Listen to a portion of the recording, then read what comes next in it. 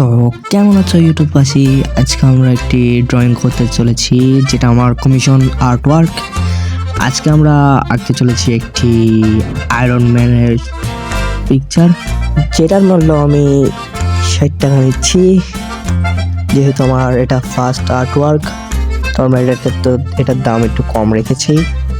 তো যারা এই চ্যানেলে নতুন, প্লিজ সাবস্ক্রাইব করে দেন, এবং যদি ভিডিওটি ভালো লেগে থাকে তাহলে লাইক করে দেন এবং সাথে কমেন্ট করে দেন যে ভিডিওটি কেমন লেগেছে, আর আমি পরবর্তীতে কি আঁকবো এটা আপনারা সাথে কমেন্ট বক্সে দিয়ে দিন। তো চলো ভিডিও শুরু করা যাক।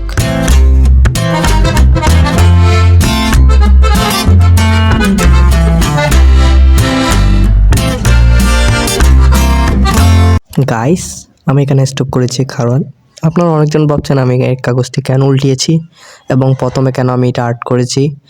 কারণ আমি আমার প্রথম ফেস ড্রয়িং করতেছি আমি, তাই আমি এটা ফার্স্ট টেস্ট করছি এবং পুনরায় ড্রয়িং করতেছি। তো প্লিজ প্লে দ্য ভিডিও।